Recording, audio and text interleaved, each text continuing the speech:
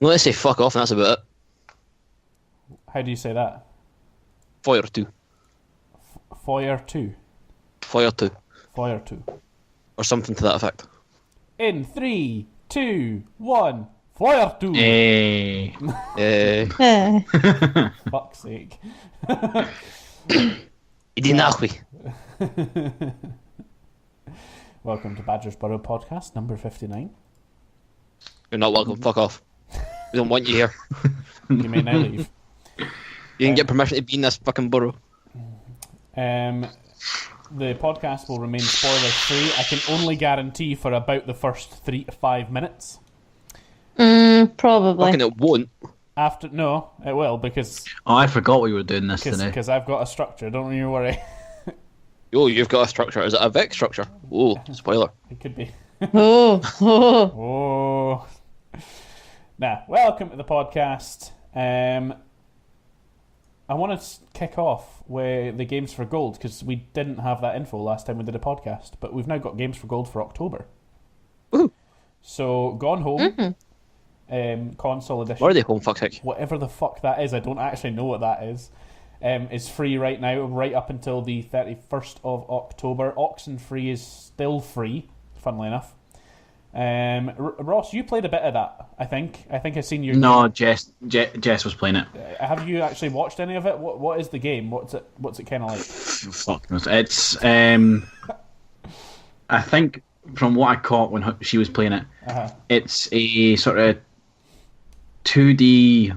Well, not 2D, but like it's 2D, hard to 3D. explain. Yeah, like a 2D, 3D sort of thing, Uh-huh. and it's supposed to be like a suspense horror sort of thing. Oh, It's all do like an old. It's all to do with like an island and radios and. is it kind of like? Is it kind of like Limbo? Kind of, yeah. Except there is It's actually a dialogue. 2D, 3D kind of thing. Yeah. Yeah, that's what I was confused with. No, It's not too. Bothers it's- me. I get what you mean completely. It's like sort of isometric 2D, if you like. I guess is what you're meaning. Limbo is probably the best way to describe it. It looks a little like Limbo. You know what I mean? It's got that like. It's a 2D background, but like the foreground is like there's a depth there. Yeah, like Trials. Like Trials. like Trials, Yeah, so or a like 3D side scroller. or like Unravel or something like that. Like that's got kind of 3D elements to it as well. Yeah, something like that. And Rayman 3 HD, which is the Xbox 360 back compatible, is free until the 15th, and available from the 16th of October. We've got the Turing Test, Rayman. Destroyer of the Gay Man. The Turing Test, which looks like something dead fucking science and potentially horror-y. I want to play that I'm just loving the slight disposition of between, like you said, Destroyer of the Game Man, and you're talking about Turing, and all I can think is fucking Alan Turing. Who was, last time I checked, very gay. And we also have, from the 16th of October, Medal of Honor Airborne for 360, backwards compatible, which is coming free as well. I'm actually quite interested to play Turing Test and Medal of Honor Airborne more than anything else. I want to find out more about Turing Test. Airborne was fucking great, man.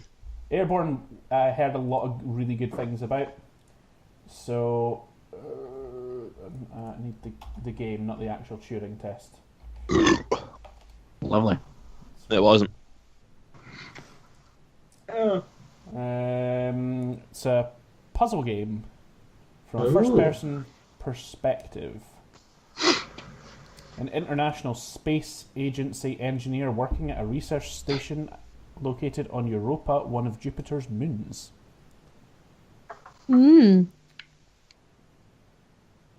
So a lot of puzzling and such to do with that. That actually sounds like it might be quite cool. It seems like it's pretty straightforward. It's one of those kind of... There's not really much written about it here. So I imagine there's not a huge amount to it. It will pretty much just be its puzzling, and that'll be about it. And Do we want to talk bees, or do we want to just leave that until until it comes up naturally? Or That comes up naturally, man, because fuck that conversation. right? Nah, okay. bees is amazing. Right. In that case, then. Hey, for fucking you lot. Funny. At 5 minutes, fucking what's that? What does that say for guesstimation timing? Let's begin the total spoiler portion of the podcast. So we're about to talk a fuck ton of Destiny 2. We will be talking story. We will be talking late game content. If you don't want spoilers for the game for whatever reason, tune out now. Yeah, fuck off. If you Don't even want you. tuned in the fucking first place. So yeah, join us next week. Anyway, yeah, Destiny 2. We've been playing a lot of it. What do you It's a guys? game. Currently playing it. What do you Yeah, guys? same. I'm not playing it. I'm busy working on stuff here on the Fucking computer. casual. I'm working on the computer. Like a Buddha. I'm working on my third character to get up to raid level. I have a warlock and a hunter up so far, and I'm just getting my titan up to raid level now. I've Fucking, on you go. I've just started on my warlock. She's currently level like 5. Point where Dreg's still giving me a hassle, you know. Yeah. Game's got a good balance in those earlies. Yeah, I got a level 20 warlock and a titan, and they're both at raid level. Even though the Yeah, my hunter's red lady. raid lady, did you say? Ra- No, I said Rah, ready. rah, rah, rah, rah. Fucking Rah, rah, rah. fuck the lot of yous. The long day, okay. And Ross, you've been playing a hunter. You're not quite at raid level. I think you've probably had the least No. amount of time with the game out of all Yeah, of us. I've absolutely played the least out of everybody. Yeah. But Yeah. everybody's finished On the that game. story, so we can at least talk about that without ruining it for people in the group here, which is great. Yes. I feel like Ross hasn't played a lot of it because fucking Jess basically took over. Jess Yeah, I plays a feel like- lot. yeah. Holy shit, she does. Little bit, yeah. Little bit. I'm also getting back and I'm getting into my PC gaming. Yeah, you're. I like it. I like the computer. Yeah, you're getting massive. They've also, they also brought back the servers for Star Wars Battlefront Ah, yeah, 2, I've seen that. the original. So yeah, goodbye. Yeah, you're losing just as much time to that as you did when you were that age originally. Yep. Empire at War servers are back. A Um, lot of old games getting revived. right now. Disney know how to suck my dick. Let's just say that. There's They've been doing some good shit. There's a lot of good old games. Shout out to that site by mistake there. There's a lot of that shit getting revived right now, and I personally think it's great. I love that so many of these genuine old games are getting supported again because the communities surrounding them are still so fucking active, and I quite like that. But yeah, what did everybody think about Destiny 2's kind of story portion of it? If you want to call it, I that. really. I suppose it's still. It was pretty it was light. more of a story than the first Destiny. Oh, Definitely. way more. Way, Murder of a story. way more.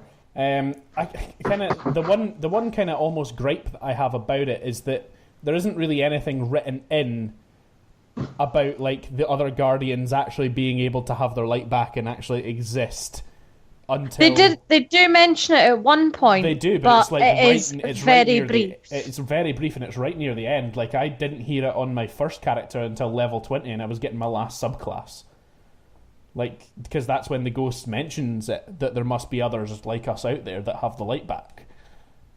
And that's taking into consideration that you play that mission before you free the Traveller, because once you free the Traveller, then I guess you can kind of more suspend disbelief that there's other Guardians kicking about with light. Yeah, I I didn't play things like any other I should have, to be fair. I just kind of ran through it willy-nilly. Somewhat like I'm doing just now, where I'm half paying attention, half talking. But, Yeah, that's what I'm kind of doing now. but I just witnessed one really idiotic person just get like squished by a fucking cabal thing. I Which have was fucking lost hilarious. count how many times I've been fucking destroyed by those things. yeah, they're So just- they're frequent. I love them though. But yeah, I very much enjoyed the story this time round. I think it had a lot of interesting concepts. Yeah, it was much better. I felt like. It definitely went deeper into the lore, and I quite like that instead of the Grimoire cards from the last game, that like those like Alex, you got really into them last time, and you know lots of bits and pieces of story, and you would kind of iterate to us bits and pieces that we would find interesting, which was great, and I loved that. I went through and read them fucking religiously. Yeah, and I loved kind of getting almost spoon-fed them, I guess. I didn't ever really get into the first game in that regard where I went and did all that stuff.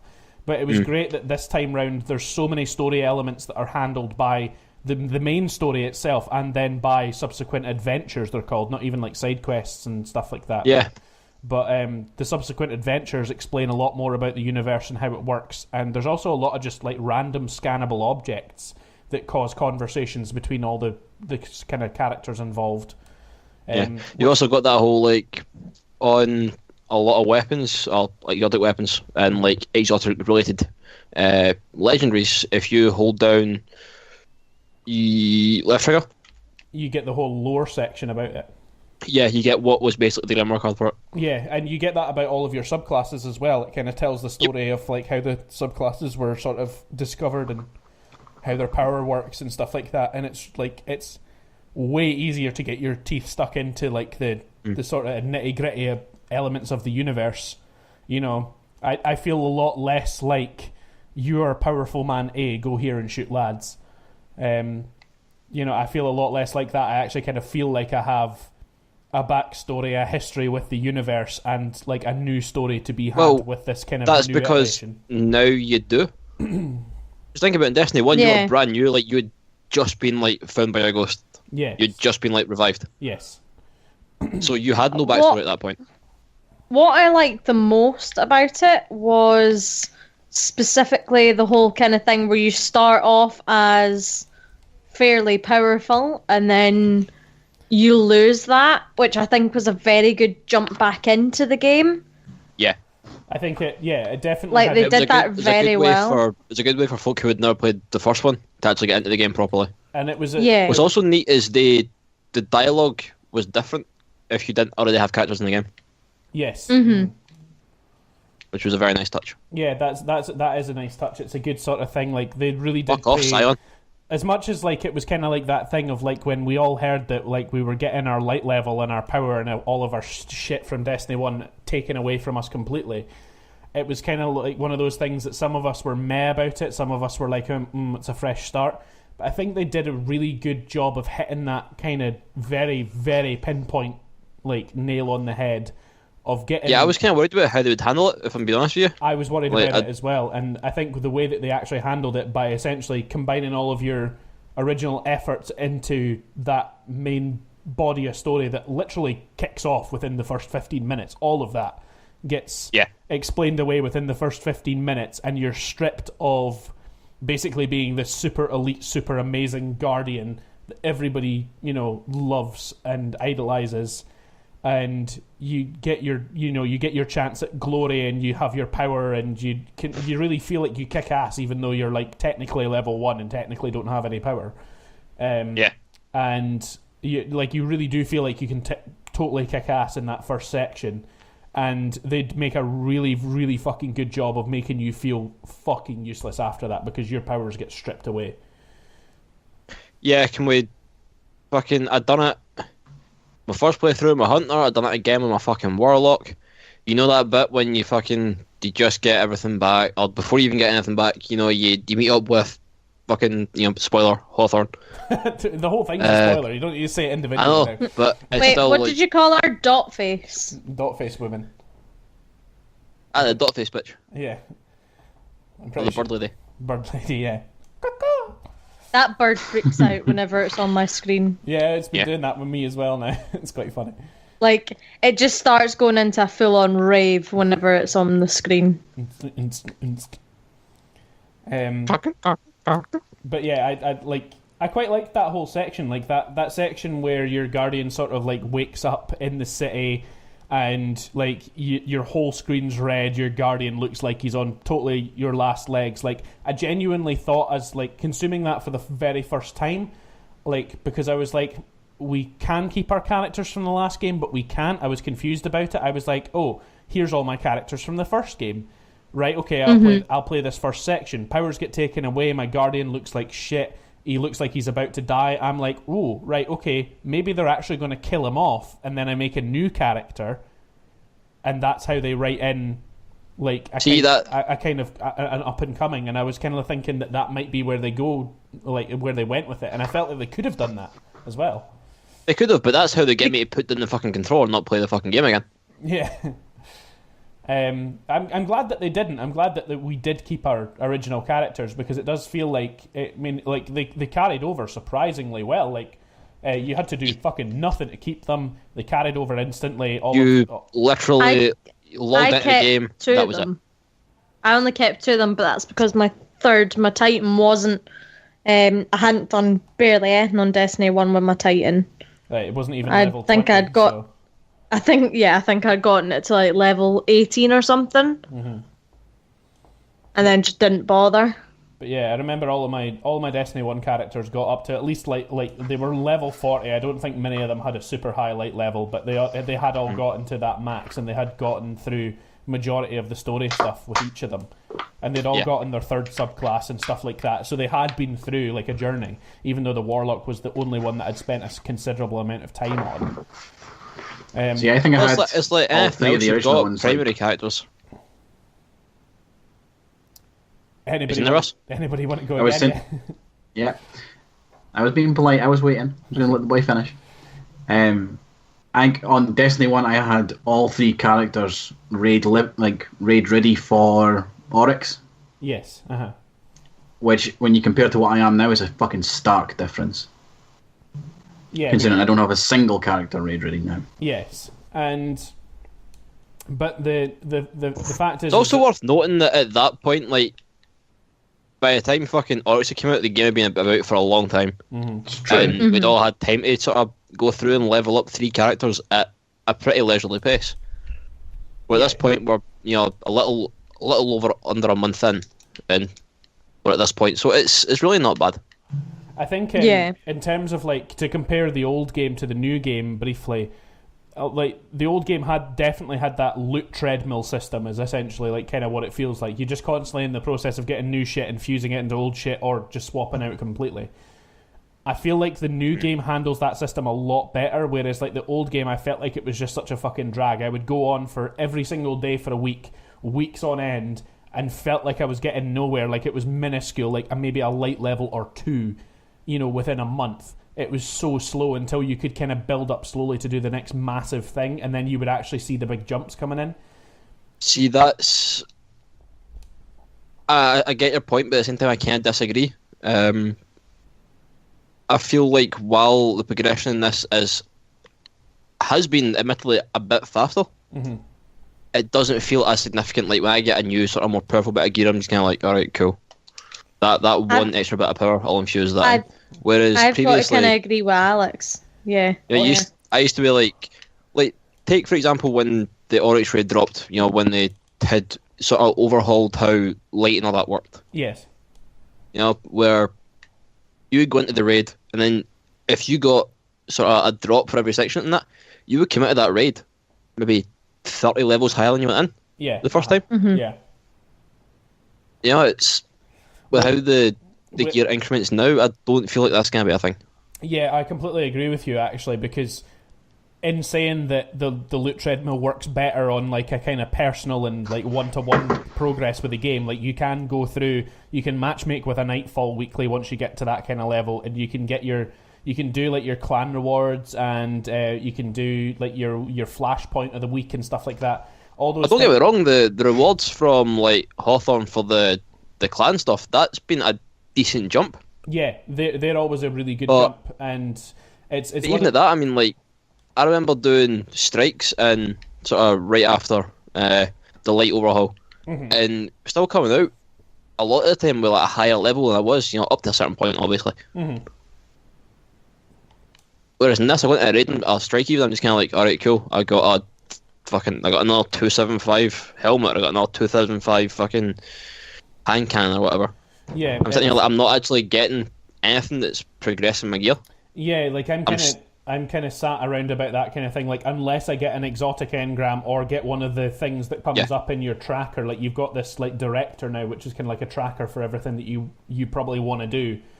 on a weekly, monthly, or like general progress basis, because it tracks like raid and your weekly stuff, your flashpoints, your patrols, your rep stuff. All these things are tracked by this one thing, and it's all updated automatically as well. You don't have to kind of come in, go to the tower, pick up stuff, and then leave and go and do it, and then come back again. It just does it automatically. It just tells you what you need to do every week, and then you just go and do it. And can basically just kind of accumulate everything and hand it all in at once, which I find is a way more like progressive system. It feels like you spend a lot less time in space looking at stuff and trying to think of what's next to do, and more time actually just out doing stuff. Yeah. On that note, my favourite new feature, it's great. I can just go to another fucking planet from a planet. I don't need to go back to orbit to fucking change where I'm going. Yeah, I will say that's an improvement. That is by far one of my favourite things about the new game as well. But I mean, yes, and going back to the kind of loot treadmill, I completely agree that every single light jump with the old game felt significant, and you could feel and sort of see to a certain extent the difference that gear made. Whereas this stuff, it kind of felt like ever since I've been hitting about like 250, 260, and the light increments get so fucking small all the time. Like unless you blatantly, like I have two different characters. I've got one that's 269 and now one that's 286. If I jump between the two of them, I notice the difference even in just 15 light levels. But because it's so slow to grind up those, you feel like you don't notice that at all until it actually. Yeah, it's such an incremental jump. And even with the raid stuff, like I've been having a look more into like the raid stuff and how the rewards work and stuff like that. And even for every single one of us, we're not going to come out of it like 20 light levels higher. We'll maybe come out maybe about 5 light levels higher. It's going to be a super slow progress, even at that stage as well, which is something that's quite different, because it used to be that like it kind of feels now that you get an incremental reward for just kind of being there and doing your thing and trying to kind of make progress on like the level of like doing strikes and clan stuff and flashpoints, like your general weekly stuff. You can definitely get there faster if you can do the raid and the nightfall and stuff as well, but they feel like way less of a jump than they used to, because like when you were at that kind of level before, doing your normal stuff didn't really get you anywhere, and then when you did nightfalls and raids, it was a big jump. It was a significant change, whereas like now it feels like much less of that. Well, I remember coming out of like my first run of Crota's End, because I managed to get in with a group of folk who were on it, and I went into it with gear to hit me to level 31. And I came out with enough gear to put me on 32. You know, well, I came out with a full armor set, so I done hard mode like straight out the bat. Yeah. So I came out with a full armor set, helmet and all. Yeah. And then, it dropped me down a little bit because I had to like infuse all, no infuse all that, but like level all that stuff up and then like put in all the shards and stuff. But I still came out with enough gear to put me at a higher level than I was. And that's something else that's because that difference between 31 and 32 was a big jump back in the day. That was a massive jump, because it used to be that 30 was your max. So because 31 was then one above that, and 32 again one above that, like because like you're dealing with smaller numbers essentially, so there's a bigger jump in between them, whereas like now the way the delta scaling worked was fucking insane. Whereas now we deal with much larger numbers, so the difference between 286 and 287 is minuscule. Like I jumped into a thing on my wallet that was recommended level 50. I ran through it at level 20 with fucking no issues, but then again I was like spamming that shield savey lifey healing circle. Fuck it, that's the one. But then on the total flip side, I don't know what shit's called then. But on the total flip side of that, there's also stuff that I feel like is kind of at a light level that it probably doesn't feel like it is. Like you're saying, you that was recommended 50 and you did it at 20. I breezed through it. And you breezed through it, and while I completely agree, that's absolutely what would happen in that kind of thing, even though you're massively underleveled for it. Nightfalls are recommended it's one of the ones I question whether or not it was to do because that level was geared to like early character. Maybe it was like a lot easier because maybe for folk who hadn't played the game a lot. Yeah, probably. Whereas at the end of the day, I have got a lot of time in this, this ecosystem, as it were. Yeah, exactly. And they definitely Version of like 3,000 hours total. Yeah, and they definitely make it so that you do feel quite powerful in that kind of first instance of getting through the story. At least you feel like quite a useful and quite a powerful person, and then it's only the stuff that kind of comes after the story that makes you feel underpowered again and kind of flips the game on its head a little bit and kind of goes back into that old loot treadmill system more.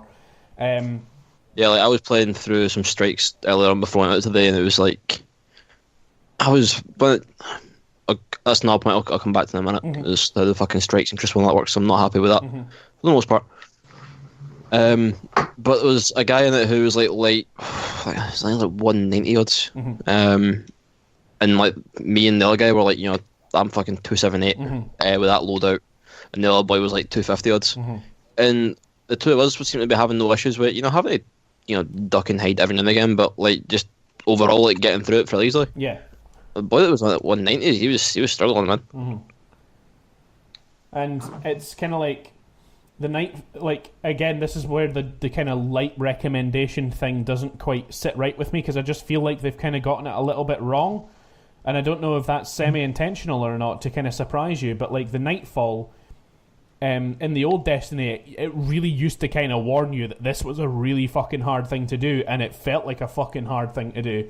Whereas in this... Well, you used to get the fucking warning before you would launch Nightfall saying, like, recommended 3 players above X level. Yeah, exactly. Yeah. Whereas like now you still get that warning and you genuinely can't play it unless everybody's above the level, but like I'm pretty sure the Nightfall's recommended 240, and pretty much every single one of us, me, Stephen, and Shauni ran into our first Nightfall all at like you were 250, I think, Shauni, and me and I know I was raid ready. I was 262. Yeah, and then me and Stephen were like 265. So like we were all what should have been 20 light levels better off than where it was, and we were destroyed by it. We just couldn't get through it. It was a difficulty curve we were not prepared for. One that we're better sat with now, but one that felt like it came out of nowhere because it was suddenly beyond difficult, even though we felt like, and we were told by the game's numeric system, you are over the recommended level for this. In other words, it should be easier for you. But that being said, in Destiny 1, there was a number of instances when the Nightfall was fucking wall breaking again. Like right when a new sort of update would drop for it, like House of Wolves or something like that. Because there was that slight shift in light levels and power levels and all that, even though you at level when you started that thing were actually ready enough to play that level of Nightfall, it was still hard because like the delta scaling was just that a little bit harsh. Yeah, it really was, and like I presume they have done it to kindle back to exactly what the old Destiny was. That does make the raid and Nightfalls very hard, and the challenge modes of them, essentially the hard modes of them, harder still. It was one of those that definitely felt like it had more of a warning in Destiny 1 though, because it was one of those things that when you tried like. For example, like even when you'd hit like level 40 and the Rise of Iron was out, if you went back to Vault of Glass, it would still be pretty challenging, and there was still stuff that could wipe your team out, no bother. Well, yeah, it's lack of concentration will do it to you. Yeah. What I'm kind of sad about is that we never went back and we were all done with Destiny 1 at that point anyway. But they did bring out they reworked levels of Vault of Glass and Crota and all that, like brought them up to relevance again, back to max light. Yeah, So like actually made the gear in them relevant again. Yeah, and like you could get a max level fucking Fatebringer. Yeah, and do you know? But we were so fucking past it at that point that it wasn't even funny. Yeah, like we all bought Rise of Iron. I think we all got through like the kind of story of it, which was only like 5 missions worth. I didn't even get through the story at all. And like I kind of wanted to kind of build up to be in that next raid ready and do it again, but so many of us were burning out and we were just done with it that I think as a group we sort of almost encouraged each other to to burn out on that game at that point. But yeah, we were burnt out. We'd lost players. It was just. And at the same time, it wasn't worth only it. so much. Like, as much as Destiny 1 did a great job of having still a massive player base, even now that Destiny 2's out, it still has. Yeah, because not everyone's got it yet. Yeah, exactly. Once Christmas rolls around, that'll change, I think. But Oh, absolutely, absolutely. You'll see a load more new faces on Destiny 2 come Christmas. Definitely. yeah, Christmas gonna be fun. Looking forward to it. Look, my cousin Cameron is 10. He still plays it on 360. He's still got the original fair. Destiny on 360. Yeah, unless it's a one, you can't upgrade. Yeah. And it's just one of those things. Like, it has such good support and people that are still playing, it, people that are still working through it. You know, with maybe with friend groups of like about 6 to 10 people that don't get the chance to play very often at all. You know, that are way busier than us and like obviously favour video games a lot less. They're probably still enjoying that content. But for us that do consume video games on quite an intense level, there's only so much intensity you can get out of that one game that, to be fair, we had been playing for like 3 years at that point. Yeah, we played it for 3 years solid, man. And He's done it for about 2 years with me, and then a year prior to me joining. Yeah. And so, like, that was a huge game for us, and like literally one that we can reminisce back to how good certain things felt. Like getting through our first hard mode flawless on Crota, holy shit, that was a fucking good time. Completing Oryx for the very first time, completing Oryx hard mode for the very first time. Those are moments. Yeah, fun times, those man. are fucking moments that I still remember. How fucking amazing they felt. Yeah, just because it's satisfying as fuck to get through something like that. Absolutely, and it's just the fact that you know for a fact that you were working with a team of 6 people, and not a single person in that team wasn't pulling their weight because you all needed to fucking work together and play your goddamn best to get through it. There was not one. Apart from the flawless Crota run, but yeah, like that. I'll let you have that. that was way more dependent on like 1 or 2 people. Like, but that was kind of how that raid was. Yeah, it was me and Ross, because we could get through the start of it, without being seen. And then, like, we could basically be invisible for the whole fucking thing. Yeah, and then of course. And then the first bit was me and you, and then the second bit would be me, and then the third bit would be you. Yeah. Yeah. It's literally it was so dependent. Like, and we found that with with Oryx to a much lesser extent. Like Ross always being the dunk master, etc. Like there was always something that was reliant on kind of one person doing a particular job really, really well. We all kind of had our positions and we all had our thing. I feel like because of the way that this next raid has kind of changed up, from what I've seen of it so far, at least, we've had a good wee look at the first 2 parts of it, and we haven't like obviously done it as a group yet. But it looks way more randomized, and it's not going to rely on set people, but it is going to rely way more on like that last stage of Crota raid, everybody working together. It's going to rely on a lot of communication. What I will be saying is, to be fair, the time we done Crota Flawless was like the only time I actually done the raid how it was meant to be played. Yeah, exactly. Like we exploited so many glitches and so many of the different things that we did just because we could, and it made it easier. Yeah. And there was because like we were at the point where we were running through Crota in like fucking half an hour. Yeah, and it was taking us no time at all. We would literally do that. We would literally do Crota hard mode and hard mode Vault of Glass every single week. Yeah. We would do it like every Tuesday. religiously, and that was just what we did. We would literally get together on the Tuesday night, do those 3, and then that would be it for Destiny for the week, because like doing 3 fucking raids a week with the same group of people, you kept your max light, and like everybody got like good amount of rewards from it. Everybody had loads of shit from it. Yeah. Nobody needed to play the game any more than that because we were at that fucking capacity. I played it anyway, I just enjoyed running through it, getting all the stuff. And that's something and Crucible was like cocaine to me. And what you've just said there, Alex, is exactly why I fucking really loved Destiny 1 and still do appreciate and love Destiny 1. I'm just burnt out on that particular version of this whole thing. But Destiny 2 really carried it over. It does feel the same. It has that same tightness. It's a fucking great shooter, and it's just fun to play, and that is what really makes the game. There is zero slop in it, I find. Yeah, like everything's tight. Everything feels the way it should. That's a fantastic word. Slop. But, slop is a good word to describe games. But yeah, like the Medal of Honor, like fucking reboots, they felt sloppy to me. Destiny does not. And there's a lot of games that you can tell like if they've been remastered or rebooted in some way that like people have just kind of copy pasted and upgraded the graphics, that you can tell that there's still those issues with them, or even new issues. It feels cheap, it feels sloppy. You feel a bit cheated as a consumer for fuck's sake, bought into it.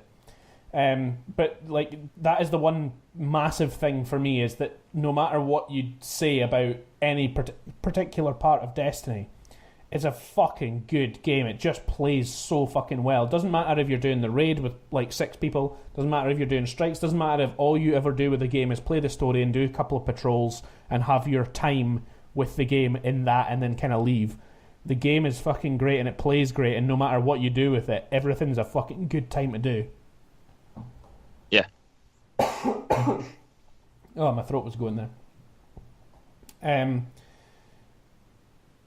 Ross, you're maybe the only person that I think you're not 100% feeling Destiny 2. You think it feels too samey from what I do. It does feel too samey. What I think this is the way I feel. They've took Destiny 1, they've went, that's a bit shite, that's a little shite. Right, we'll change that and we'll just stick a 2 on it. That'll be fine. Okay, it feels like Destiny 1.5. It doesn't feel like 2. I don't feel like there's a big enough difference in some things. Yeah, that's a fair point. Like we were saying earlier with like the director, that's fantastic that they've done that, because it used to be absolute bullshit that you would fly from Russia to space to go back to the city, which I'm pretty sure is in Russia somewhere. Yeah. Aye, it made no fucking sense. The city was in old Russia. Yeah, so like the director's a lot better now, and I like that they still have patrols, but like adventure seem to be where it is just now, or at least the point of the game I'm at. Yeah, because adventures still there. Like a done thing. Yeah, I quite like that the game kind of postponed that sort of grindy, repetitive kind of gameplay right up until the very, very end, when it does become more of the kind of loot treadmill game and getting through to the raid and then kind of doing the raid on repeat and stuff like that. Up until that point, there are so many different things to do, and they're all different, and they all feel different and have a totally unique story and feel to them. And nothing feels too repetitive or reused. Like, I felt like seeing Destiny 1, I felt like you would go through like the same sort of like 6 areas. Like certain areas would be really heavily used in certain like maps, and other areas were just completely disused. Whereas in Destiny 2, I feel like there's a huge amount less backtracking, huge amount less reuse of areas. Most things that you do and more places that you go feel kind of fresh, and they feel intentional for the story or the patrol or whatever it is that you're actually doing at the time that takes you there. Even just general exploration, because there's a lot of stuff that isn't touched by the main game or any of the adventures. There's a lot of places that are left untouched for you to kind of come across at your own pace for whatever reason you find yourself there, and that in itself is quite cool. Like it feels like every single world in Destiny 1 felt to me like there was a ring, and then there was either external sections to that ring or an internal section to that ring, and every single thing linked up in one way or another, and you could just kind of switch through the map really quickly, and it was all pretty linear and kind of repetitive and kind of boring and really quite small. Giving credit things like... I was just saying giving credit to the fact it was originally a 360 game, so obviously all this was just kind of ported across. Yeah. But the maps now feel way bigger. There's loads in just one area of each map, and there seems to be loads in every area of each map. There doesn't seem to be so much disused space. Like there's less sort of like, there's maybe 1 or 2 bits on Earth that I feel are kind of like reminiscent of old Destiny, where it just kind of feels like you're travelling down a kind of just a side road to get to the next kind of big open area, and then there's stuff to do there. But largely the game kind of manages to avoid a lot of those, and at least with those kind of routes, they're more intertwined. It's less just ringed and linear. It feels a lot more organic and a lot more open. See, See, I like how the fact of you can go to Earth, maybe you don't quite know what to do, you can have a wee wander around, just shoot the lads, and then just shoot the lads, yeah. And just not bother with anything else.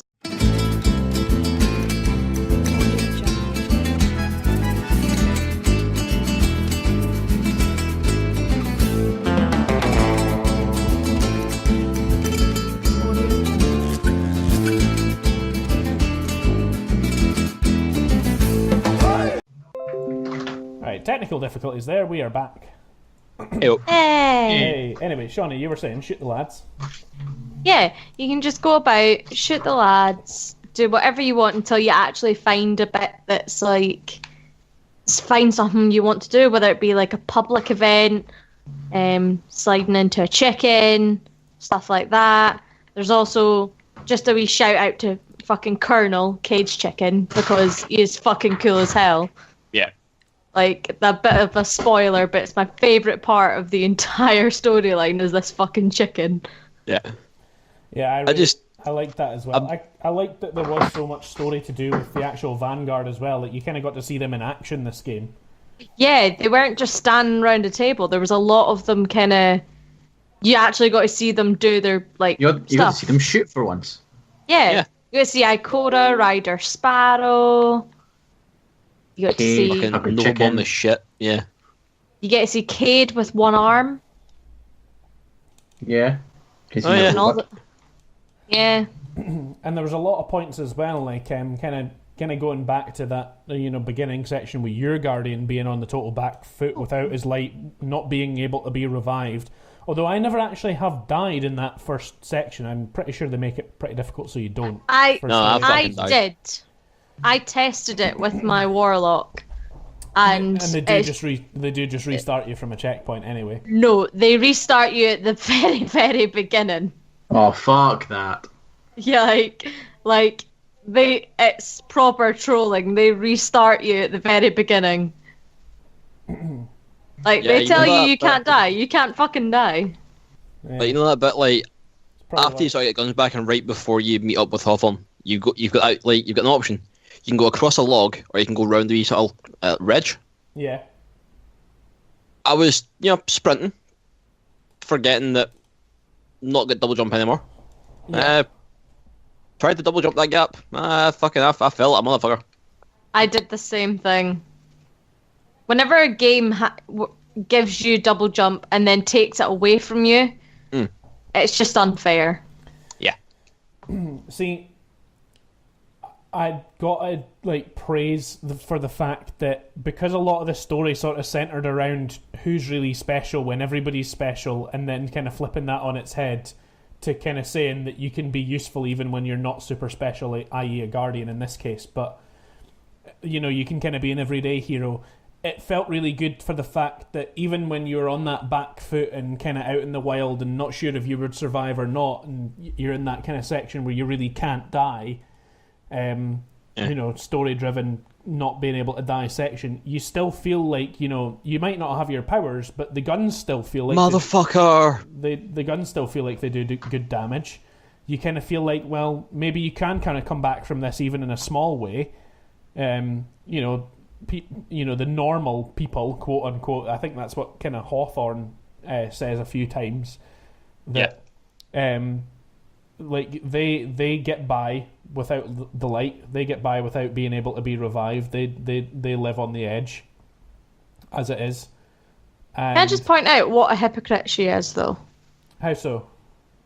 Because she sits and says, like, oh, you don't need to be a Guardian, blah, blah, blah. Mm-hmm. And then fucking end of the thing. And she ends up fucking chiseled as fuck.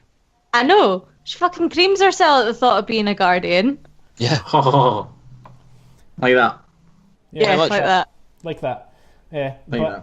And it's just one of those things, like, you have much more of an appreciation for the powers that you get given, or like in this case that you kind of reclaim, than what I did in Destiny 1. Like, because you kind of start with nothing and kind of build everything up slowly, you have zero appreciation for, fully formed classes and, like, everything actually being at your disposal, because like by the time you actually need it all, you've got it all whenever you want it.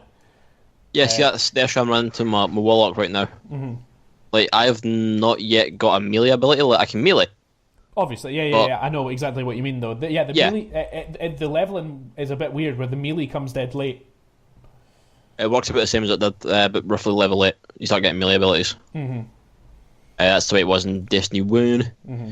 It's just, in this, you're kind of further along story-wise by the time you get to level 8, if that makes sense. Yeah, definitely. It feels like there's a longer gap. Off, Thrall. Jesus Christ. It feels You're like... getting I'm getting fucking fanatic. And see, if I had my melee ability there, fucking there would be no Thrall left, but no. But there's definitely a lot more kind of stuff in between, sort of kind of getting your Guardian's sort of power back, I guess, because it's mainly about reclaiming power and regaining your strength and such like that. That's how all the different subclasses are listed. Like, you're regaining the strength of that subclass, you're remembering the lessons of it and such. They're all kind of geared around that kind of thing. I personally quite like how the new leveling works, and I quite like that when you get your powers back, you have your super straight away, and you have a grenade ability and a jump ability straight away, and it does feel like you're instantly quite powerful. But then there's quite a gap before there's anything else done with your subclass. Yeah, I don't like how the skill trees work in it, if I'm being honest with you. No, I don't like that either. I'm not a massive fan either. See, I don't know if it's maybe just me, but like, I get what you mean. There's loads less customizability in there. Yes. And there's a lot of things that, like, every single subclass that I look at, I'm like, well, I want this ability, but I want that ability, but they're in two separate trees. I can't. Yeah. Yes. I've got to make a compromise somewhere on how I like to play versus Destiny 1. Yeah. Which is, that takes away from, like, the enjoyment of the game for me a little bit, because how I play Crucible and how I play PvE is wildly different. Mm-hmm. Like, I would spec my characters two completely different ways for each thing. Mm-hmm. See, now I leave it on. You know, I go Gunslinger. I put on the bottom skill tree, and that's it. Holy fuck! Sorry, I was getting overrun there. Yeah, that's all I do when I go into Crucible now. I change to one tree, and I don't even like everything in that tree. Mm-hmm. I just use it because I get 6 golden gunshots. Mm-hmm. And there's stuff like that with the Warlock as well. Like, notably, like, I was really looking forward to getting Voidwalker back, because I was a massive fan of that class in the first game, and I loved the Singularity power up that you could get, which essentially, like, the Vortex Grenade, how it creates that kind of like bubble of energy for a while in a certain place, and it damages enemies in that area. Great for funneling enemies, and great for, like, especially with like a heap of Thrall running at you, you just fucking pop one of them grenades down, let them run through it. They're either dead or almost dead by the time they get to you. So it just makes life so easy, and it's a great crowd controller. I loved having that ability on the dunk as well, on your actual super, having it change into a massive version of that, because like dumping that on a boss and just leaving it to sap their health for ages, as well as any of the ads that spawned very close to them, was just fucking. It was awesome. It was such a good ability. But what I also liked was an ability called Bloom, which was anything that was killed by any of your void abilities exploded, and anything killed by those explosions exploded. And it was just a way to set off massive chain reactions, and it was so good for crowd control and small enemies. But the two options are in separate skill trees. Yeah, it's like with Night Stalker, because I play Hunter main. And I'm usually playing Night Stalker just because it's great ad control, basically. And with how I like to play with that sort of fast, aggressive playstyle, sometimes you need a little bit of help, let's be honest. I've got a habit of getting myself into positions where I am basically fucked. So that's a nice get out of jail free card. But what bugs me is one of the sort of ways I would use Night Stalker back in Destiny 1 was invisibility was always on my smoke grenade, Yeah. Smoke grenade made you invis. It was great for invising you, great for invising teammates. And I like having, just 3 bolts from my thingy. Shots for the bow. Now, to to get invisibility from smoke, you have to have like several, shots, a lot more like bow shots. But well, you get that one shot of it, but you can use 3. I'm tired. You know what I mean? Like you can have like 3 shots with your bow, or you can have 1. I like to have 1 because the 3 feels a bit. Sorry for Crucible, but other than that, yeah. To have the invisibility from smoke, you need to have the 3 shots. Mm-hmm. To have a single shot, you don't get invisibility from smoke, but you do get invisibility from dodging. Mm-hmm. Which, while okay, it's a nice feature. Fucking useless for your teammates. Yeah. It becomes less of like that class was almost made in Destiny 1 to be a team support class. Yes, it was hands down a support class. Something that was massively not covered by hunters at all in Destiny 1, and then suddenly was with this new subclass. And so to kind of have them change it where it takes a lot of that away is a bit weird. Yeah. I agree with you because I've seen you kind of debating with this as well, and it's one of those things, like it's a weird difference, but something that I noticed from like, because when I swapped my subclass on the Voidwalker so that I had Bloom back, it gives you an ability for your Nova Bomb where it's much slower, much bigger, but it tracks enemies and then splits into it's a nice feature. And then splits into lots of like smaller ones. Then that was in Destiny 1 as well. It didn't quite track quite as well. No, it would split in. You had 2 options. Like the standard one, you had Lance, so it went fucking miles and would like hang around. Yeah. And you had Shatter, where it split into 3, which was great for Crucible. Fucking fantastic for Crucible. Mm-hmm. Whereas like this new one, like I got to say, because like I switched from the Singularity up to that one, and I've only found one point where it really, really fucked me because it decided to track an enemy that I didn't want it to track, and I kind of had no control over it. Like, I launched it directly at the boss, knowing that there was a lot of ads kind of at his feet, essentially. So when it hit him, it was also going to hit the ads, and then all the like little kind of spoofs that would come off of it would damage them and cause a massive chain reaction of bloom shots. And that was the idea. But I launched it off, and a fucking thrall ran past, like, as I launched it off, but it was running towards, like, I think it was Steven at the time, he was off to the side. And so because that thrall ran past, it was kind of like, oh, there's the nearest enemy, and just followed this one fucking thrall, created a massive explosion on a single fucking thrall that was pointless. And I was like, well, that's a fucking wasted super and a half. It would have been so good, but turned into fuck all. Yeah, well, it's like the Night Stalker's bow, like, when it had that 3-shot one, even with single, it used to track very slightly. So, it pulled towards an enemy. Doesn't do that anymore. And it's annoying. It took me a while to kind of get the knack for that. Like, it, shooting it where it had to be rather than close to where it was meant to be and let it do it by itself. And what you were saying as well is the actual range of the tethers is massively reduced in this one, isn't it? Oh yeah, it's fucking it's gash, man. Because I remember I've changed completely from Shadow Shot. I used to be Shadow Shot like religiously. That's what it's called, Shadow Shot. I've been trying to name it for the past 10 minutes. Yeah, like it's one of those things. Like weirdly, I find that I favour classes that I used to really dislike in Destiny 1 because of their changes in Destiny 2. I'm the same as well. I would never have played as Golden Gun at all in Destiny 1 just because I just didn't like it.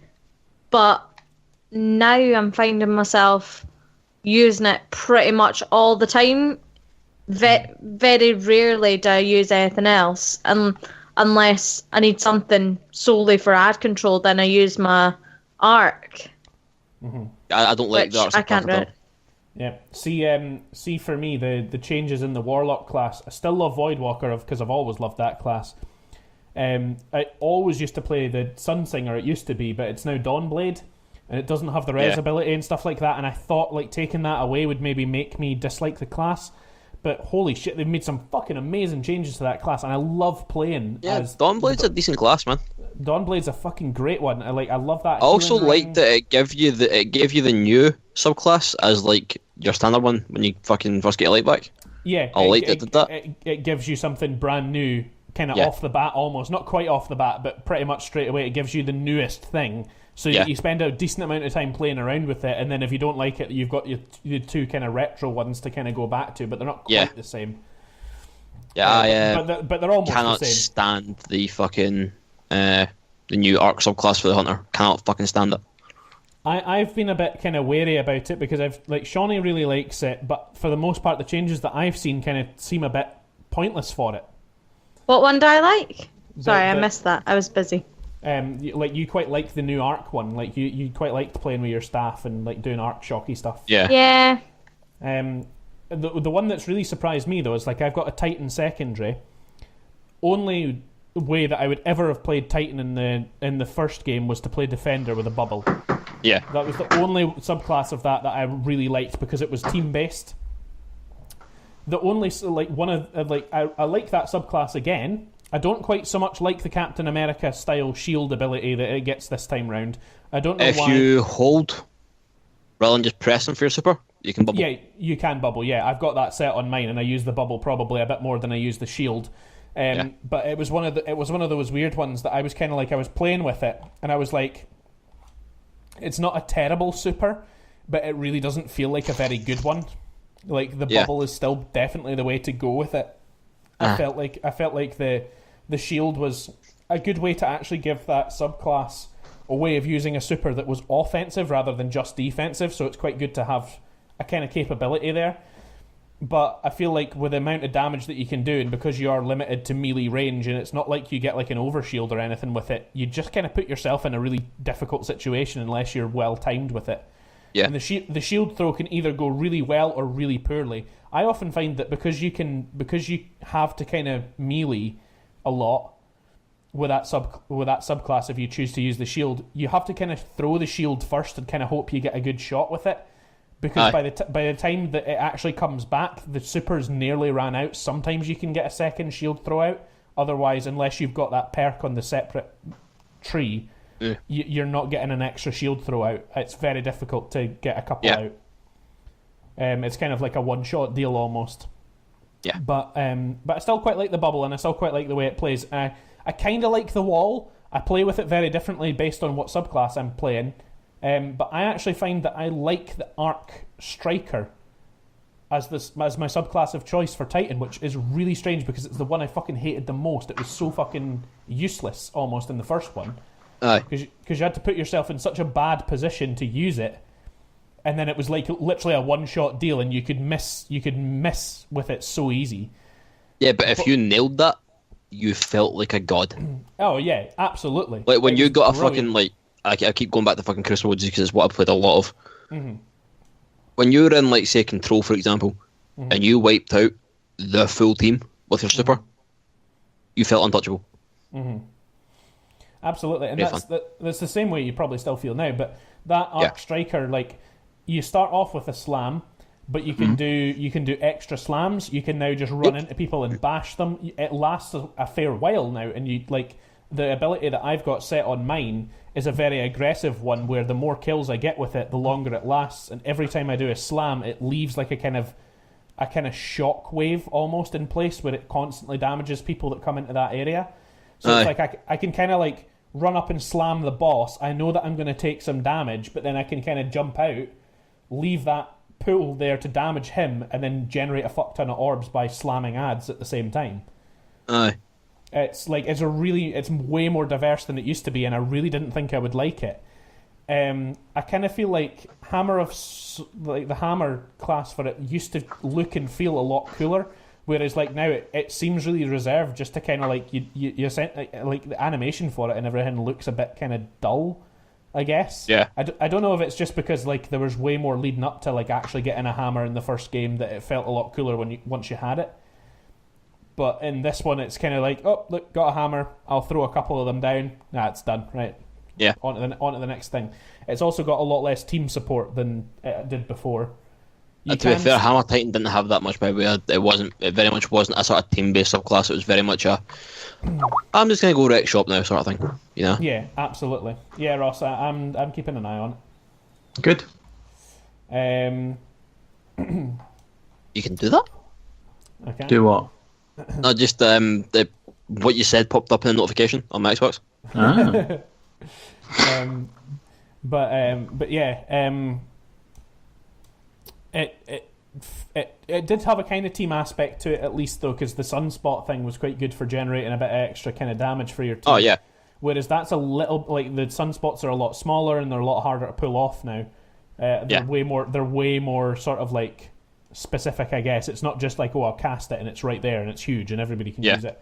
It's like I cast it and it's there, but it's quite small and it doesn't last very long. So it's one of those kind of like, it's a way more sort of, I don't know, it was way more contextual than it used to be. Mm-hmm. I guess the same with the Shadow Shot class as well. Like, it's way more contextual. Like, you need to know that there's a very small gap for all the ads to come down to make sure your tether pays off well.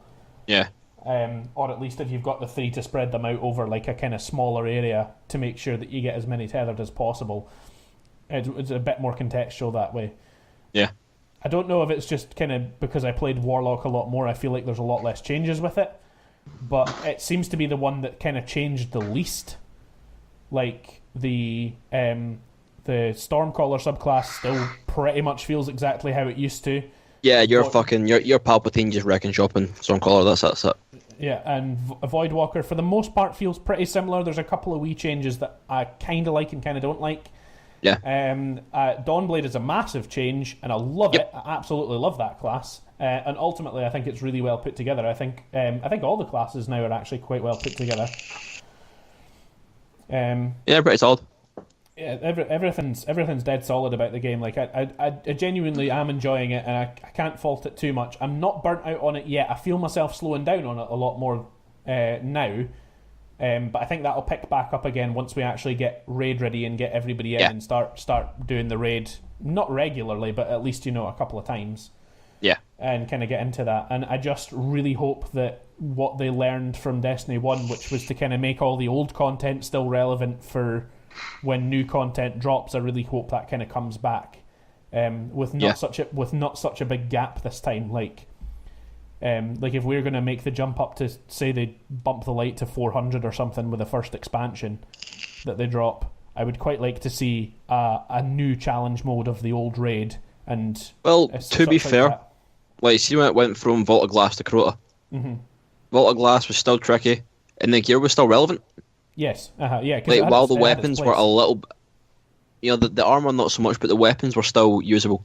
Mm-hmm. Like Fatebringer wrecked shop all the way through until fucking House of Wolves came out, and then you could infuse it and make it max light again, and that was great. Mm-hmm. But because that was their way of making that relevant at that time, was basically being able to kind of bring up the stuff from older raids, and like, basically you could do whatever you wanted with any of the stuff because you could. Yeah, like if you liked the weapon that you got early in the game, you could use that gun again in the new content because it was then max level again. It was worthwhile using. Mm-hmm. And they tried to do that a lot more. Rip for when it was live. Yeah, they tried to do that a lot more as they kind of brought on content for Destiny 1. They kind of tried to make some stuff keep relevant, even if it was just through infusion to their newer light levels and stuff. Yeah. Even if it was just that and nothing else, they tried to make the stuff relevant, but the content often didn't keep up until, like, Rise of Iron, when they kind of went back through and added the new light level. When they dropped Taken King, it basically meant that anything that you got up until that point was irrelevant because of how they redone the light system. Yeah, and because Taken King again was such a big jump in terms of, like, it was a massive jump in because of the rework of the light and everything like that. Because of where that stuff sat versus Taken King, it was such a massive jump that nothing was relevant. Yeah, it was that way. Like, it made just sort of power level. For example, like when you got Fatebringer again, or even just the Fatebringer you had sitting there, it became a 160 light weapon, as opposed to like a 300 light weapon that was like sort of max level at the time. That was the difference between the two of them, and you couldn't infuse your Fatebringer any higher than 170. So that's And then, as I said, when they brought out the Siva Crisis push, Rise of Iron. It kind of tried to make some stuff relevant, but at the same time made a lot of stuff irrelevant in this. It was that way. If you were just getting into the game and were playing it from you first become a Guardian to the end of Rise of Iron, if you played that in a linear fashion, it made sense. Everything was then relevant. Mm-hmm. All the weapons were relevant. Because they would have stuck around for exactly that much of length of time. Yes. Like, you could, by the time you had ran through Vault of Glass and Crota, you were sort of at the point where that was your sort of level of gear. Mm-hmm. So by the time you'd had it and played with it, fun was done. On to the next new weapon that you could get. Mm-hmm. Which would then only certain weapons. Yeah. Yeah, which would then be a big thing. I've got to say, I'm interested to see where they go with it. I just hope that they keep a lot more stuff more relevant, because I think that was the one thing that kind of limited our enjoyment a little bit of Destiny 1, was that whenever they brought out new stuff, it was great because we would all play the new stuff and then go and play the new raid, get ready for it and play it, and we'd have a lot of fun with that. But then we would kind of be reminiscent of the old stuff, and sometimes we'd go back to it and it would just kind of be like, well, why are we doing this? It's completely irrelevant. Yeah. There's nothing to gain from it. We would go back and just like walk through Vault of Glass in 20 minutes. Yeah, and then we would kind of like, oh, well, it was a good trip down memory lane, guys, right? Yeah. Guess we should go now. It would be really good to see them make everything constantly relevant throughout the development of Destiny 2. But it's one of the ones I can see why they made certain things irrelevant, because when you think about it, the weapons from Vault of Glass, minus a couple of them, were just they were too good. Mm-hmm. Have you ever had a hand cannon against that was like Fatebringer? Have you ever had one you wanted to use Fatebringer? Mm-hmm. Because that was like just the perfect combination of perks and stats. Mm-hmm. You could one shot basically anything with a headshot. If you headshot something, Firefly, so you got this arc explosion that done headshot level damage to everything around it. Mm-hmm. I mean, you could wipe out like 10 Thrall with one shot. Mm-hmm. Yeah, it was. And I think that's why they made certain things relevant, because you were getting a weapon like that, and that's all you wanted to use. You didn't want to get new guns that might actually be better for what you were doing. Mm-hmm. And I think that's maybe why on this occasion, like, I've seen a lot less legendary weapons being to that kind of caliber. That kind of stuff seems more sort of relevant or more limited to the exotic weapons, because I've never seen. You say that, Jamie. I'm going to pull up my hunter now because I got a beast of a hand cannon recently. I think, is it the same one that I got as well? The one that essentially has Firefly on it? It's got similar stats, or perks rather. It's just got different stats because I had that one as well, I dismantled it because I needed shards and it wasn't that good. Because we did come across that, but I must say it's a lot rarer to find a gun with stuff like that. It seemed to be like by the end of like Taken King and stuff, like it was almost like every third or fourth gun had like some kind of amazing perk on it. Whereas like now the perks seem a lot more kind of, I almost want to say realistic. I almost want to see, like, kind of feel like they could almost took a step backwards in terms of what your guns were actually capable of. Well, it was that way. What I liked about the Vault of Glass stuff, all the weapons and armor made playing Vault of Glass easier. Like, all the weapons done more damage to oracles. The armor gave you better stats within the vault. Crota rolls round. All the weapons had that Hivebane mod on them, which meant they were more powerful against sort of major level Hive. Oh, and you could shoot through the Night Shield with it as well. I forgot about that as well. With certain guns, yeah. Like the Abyss Defiant, you could shoot through the wall. The Abyss Wall, believe it or not, that's what it's called. That's how it got the name Abyss Defiant, because you defied the Abyss Wall. I'm just kind of hoping, as much as I hope that they keep stuff like that up that's relevant for the stuff that it's kind of based in, because I think that has its place as well. I hope there's a lot more kind of balanced, because like you were saying, they essentially had to rule out the Vault of Glass weapons because they were so good, especially if you could keep them at max light. Like between Fatebringer and whatever the scout rifle was called, that full auto scout rifle that had pretty high impact and a good fire rate, and was actually pretty stable if you balanced your perks right. Yeah, that was a good one. I can't remember what that was called either, but I know exactly the one you're on about. It was amazing, but like, because they were so good, because almost don't think that they thought that by keeping those things relevant, they would kind of unbalance the game for those that actually thought to kind of keep those weapons and keep them up to max light. So I hope that they keep a lot more of that kind of level of perk and that kind of level of damage based on exotics, because you can only have one weapon and one armor piece for exotics. Yeah. So that naturally balances the whole thing, because you can really only benefit from one at a time in either way. Well, think about it. It's the same sort of reason why I done away with the burns in Destiny 1 for the Nightfalls. Because if you had Fatebringer, the Patience in Time sniper rifle, and basically any sort of arc damage machine gun, if you had an arc burn Nightfall come up, you could walk through that solo in 20 minutes. I know I did several times because you had such high damage there.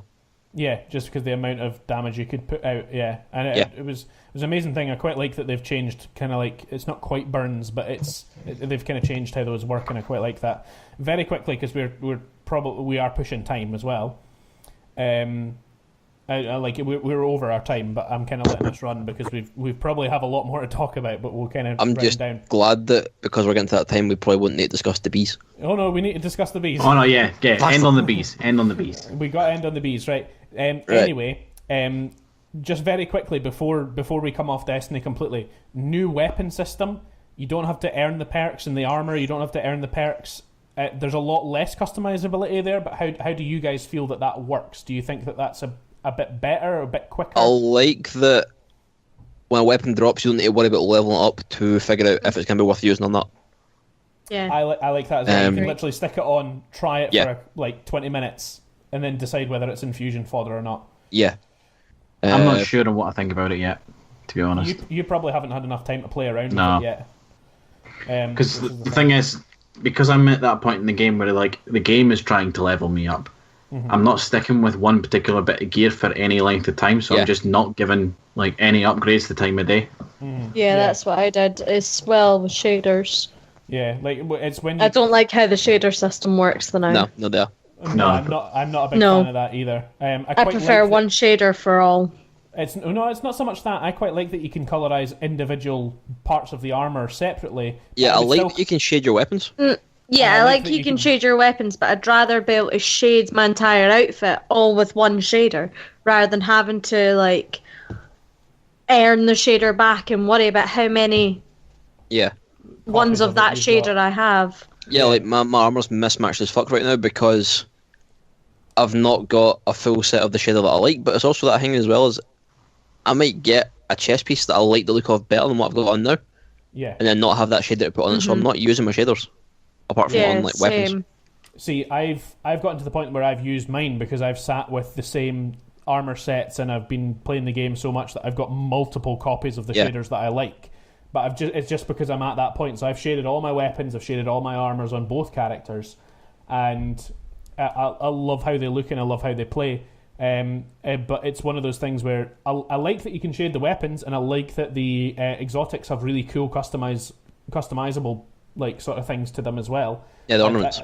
The ornaments, and it like totally changes the look and not quite the feel of the weapon, but almost the feel of the weapon. Like my Cold Heart's got, I think it's called Frostbite, where the entire weapon looks like it's just constantly frozen and just dripping with like proper condensated cold air. It's really cool looking. But I do think that the system of like usable shaders is a bit weird.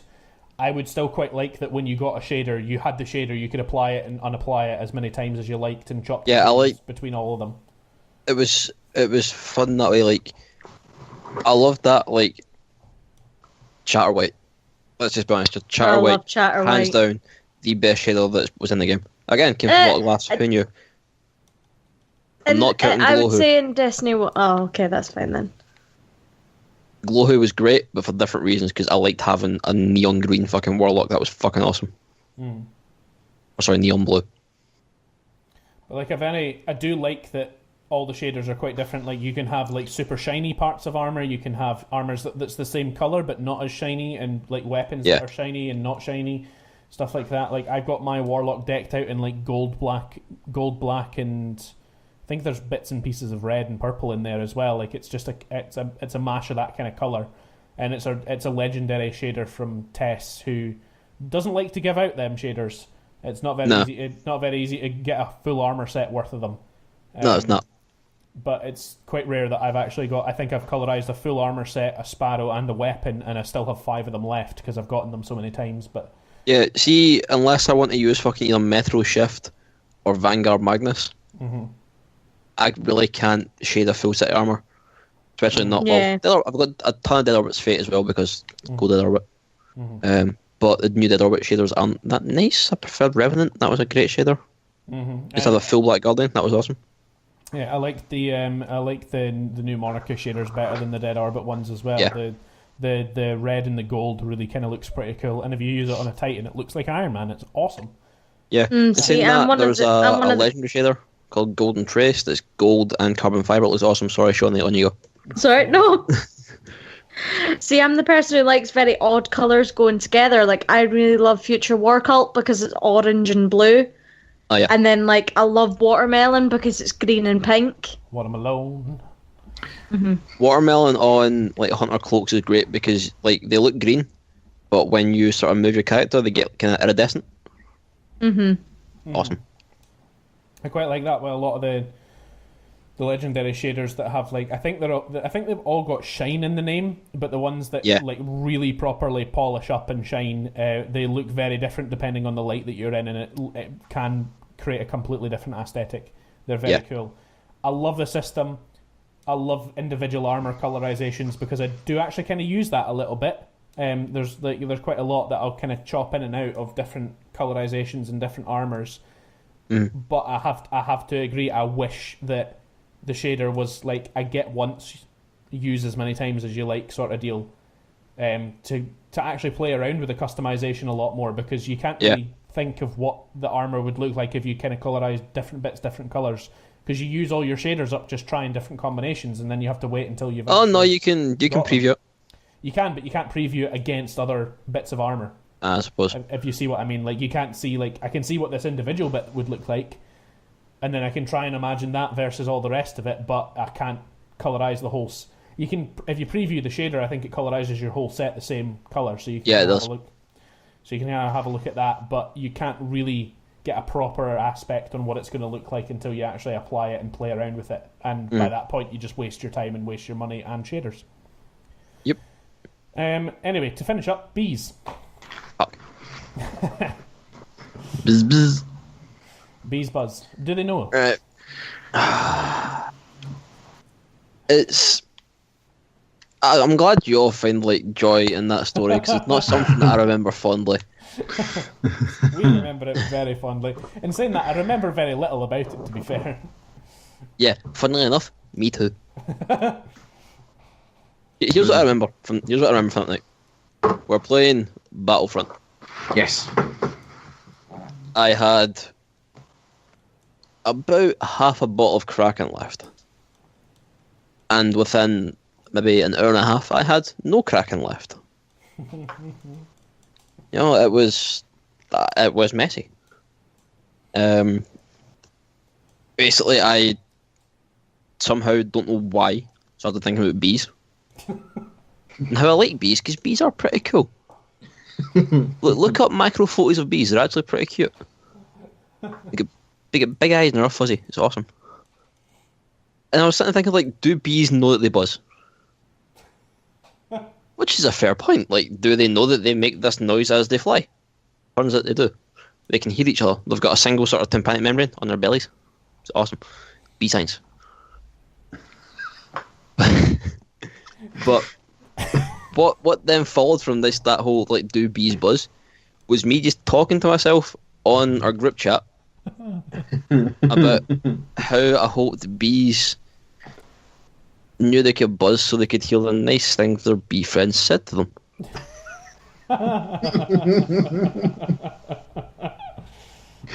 Next thing I know, it's 5 a.m. I'm face down the bathroom floor. That's about how that night went for me. I remember it so far. And we're only bringing this up because I recently added my girlfriend to our group chat, And fucking somehow it came up. It backfired on you, is what that process has done. Yeah. By the way, you added your girlfriend into the group chat. Me and Shauni literally turned to each other and went, "Oh, must be serious." That's how we knew. Oh. That was the point. Well, at that point, she had met me and didn't question being with Alex after meeting me. So she could take anything that group has to throw at her now. She's also from as far as I'm aware, Alex has told her quite a lot about Badger and Pals and what we do. So She's got a rough idea. She's got the stories there as well. So she's stuck this Yeah, long. like the fucking beach fanny and... Yeah. Oh, I forgot about the beach fanny one. I haven't. Good day. To be fair, would you forget random fanny? Nah. But it's one of the ones as well, I still think she gets along with Jess that little bit too well. Yeah, that's... It's concerning. It is for both myself and Ross. We brought that up at MCM after maybe 2 hours. These two got along too well. Yeah. It's because they're both little sarky shits. Yeah, she's sassy as fuck, man. But they feed off each other. Mm-hmm. Yours even just does today. kickboxing. Yeah. I got ganged up on earlier, basically. Oh, Yeah? I just Yeah, remembered in the something. chat. Yeah, you did a little bit. By the way, right, I totally just remembered something, right? Ross, you always kind of say odd bits and pieces of comments to me, either while we're alone, while we're recording, whatever, right? About how Jess just cannot fucking say any fucking words properly. I actually played Destiny with her, and then subsequently her and Steven for pretty much the entirety of a morning and a day. And holy fucking shit, I didn't realise how many words she just can't fucking say at all. It's so funny. Yeah, there's a reason that me speaking about it to you is a regular occurrence. Because it's like I'm having to decipher hieroglyphics when I speak with her. That's the only way to describe it. Right, I'll just give you one drop, and it's one that stuck with me because it was just so fucking funny, right? She was on about the different weapons in Destiny, and she just said, "I can't really get into hand cannons." Yep. And I was like, "Cannons, aye?" It was we went shopping before the podcast for food, and we were going round and we were speaking about something. She's like, I don't know. I don't think they're a good fit together. I was like, how? She's like, well, they're both rec, and I was like, recreational? Yeah, recreational. Recreation.